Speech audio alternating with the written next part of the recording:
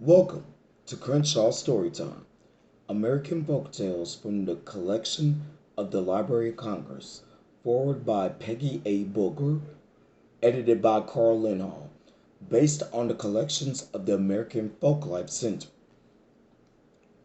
Chapter 13, Folktales in the Making, the September 11th Project.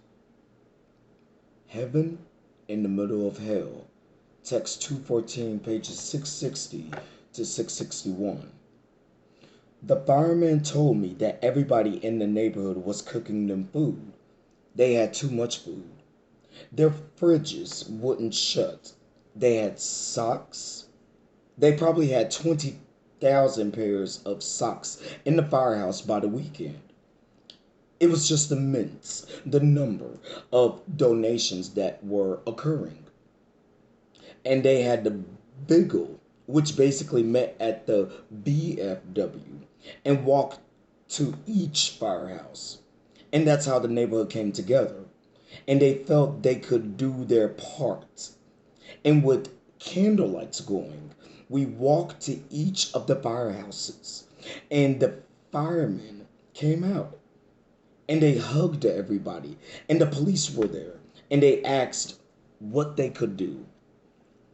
During the weeks following this tragedy, the firemen will come into Lily's bar and they will tell their stories. Do you know what I mean? They started telling stories. They started telling stories, and I started listening to all of the stories about how one guy jumped out of a window 15 floors up and survived, and then they were laughing. And then basically, I became a bed and breakfast for these firemen for like a couple weeks straight because they weren't working, they were taking time. And they wasn't working as much as they did later. I mean, there was one point I probably had 15 firefighters asleep on my banquets at 9 in the morning. I'll bring them coffee, cook them scrambled eggs, and feed them, and just take care of them. I felt like a mother. I really did, to these children.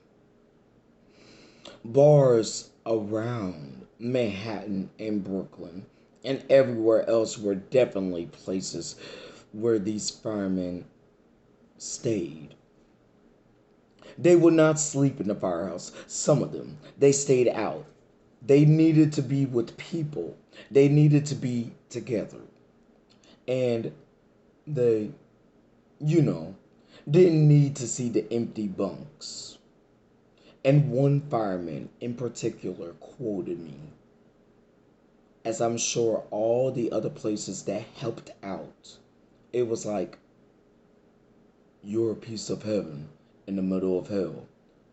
And I'll never forget that. Thank you.